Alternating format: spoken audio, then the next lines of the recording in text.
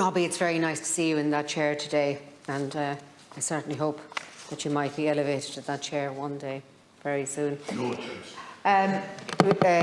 Senator Regina, unfortunately I missed your earlier speech on Senator Carney's, but I definitely will be supporting the bill in relation to what you spoke about.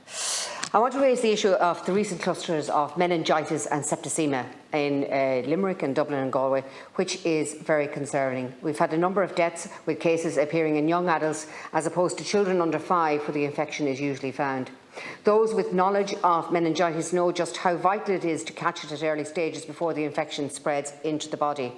Dr. Kenneth Beattie is a public health specialist in the Midwest, and he says that we need to be getting the message out to people who are in the late teen group, around the age group of people starting college, to have them know the early warning signs of meningitis and to know what to do when they see it.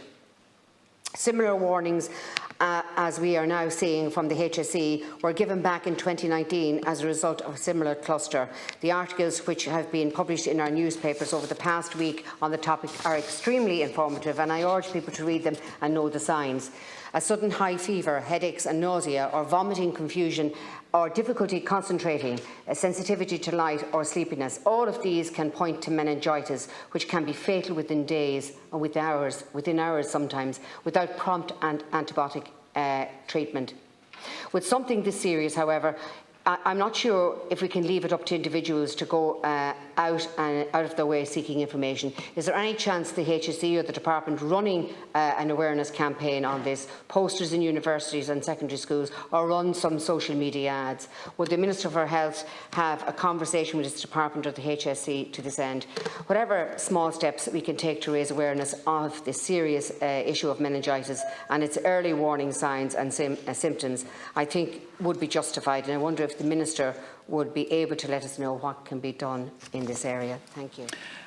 Senator Sharon Keogan also supported the bill, and she talked about meningitis and septicaemia and basically more of a public awareness campaign in relation to that, especially for young people, young teenagers and that. And I think that's very, very worthwhile. It can be a very cruel disease with fatal consequences.